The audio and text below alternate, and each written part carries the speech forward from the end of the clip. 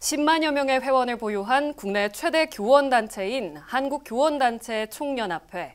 그동안 교원들의 목소리를 대변하며 학생들의 권익을 보호하는 데 앞장서 왔습니다.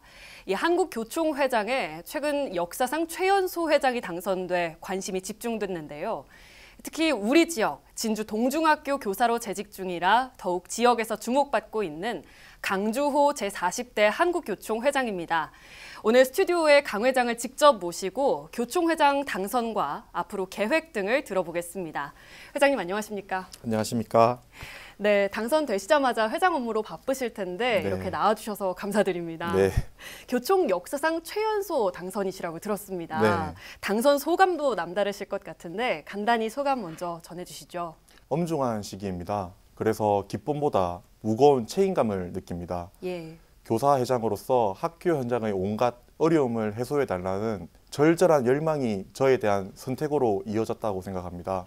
3년간 학교와 선생님만을 바라보며 사심없이 일할 것입니다.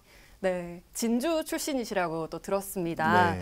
진주 동중의 교사 생활은 또 어떻게 하고 계신지, 특히 교사 생활과 함께 교총 활동, 그리고 교총회장에 출마하신 계기가 궁금한데요. 이어서 말씀해 주시죠.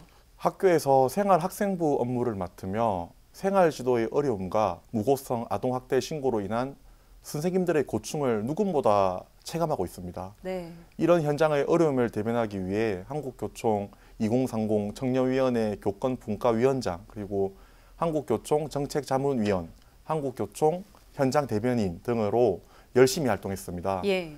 교권보호 입법 국회 앞 1인 시위, 그리고 교원 생활지도 면책권 촉구 기자회견 등에 앞장서 참여했습니다. 그러면서 현장 교사의 입장에서 무너진 교육을 회복하고자 교총회장에 출마하게 됐습니다. 네, 아무래도 강 회장님의 이 선거 공약이 교사와 또 교원들의 표심을 잡은 것 같습니다.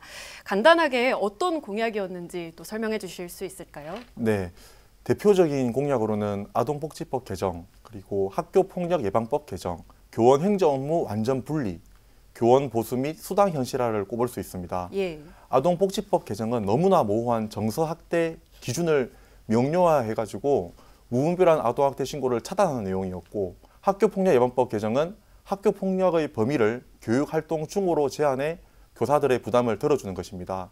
또한 교원의 비본질적 행정 업무를 교육청, 지자체, 경찰청 등으로 학교 밖으로 이관 폐지하고 실질 임금 삭감 수준의 교원 보수와 24년째 동결된 교직수당 등을 인상하는 내용을 담고 있습니다. 네, 지금 4가지 언급을 해주셨는데 네. 특히 교권보호 공약이 주목받고 있습니다. 네. 교권보호에 대해 하실 말씀이 많으실 것 같습니다. 네, 현재 교원들은 악성 민원, 무분별한 아동학대 신고, 비본질적 행정 업무로 수업, 생활지도, 상담 등 교육 본질에 충실할 수 없는 상황입니다. 네. 그러다 보니 교육 활동이 위축되고 그 여파는 학생들에게 돌아가고 있습니다. 선생님을 지켜야 학교가 살고 학생 교육이 삽니다.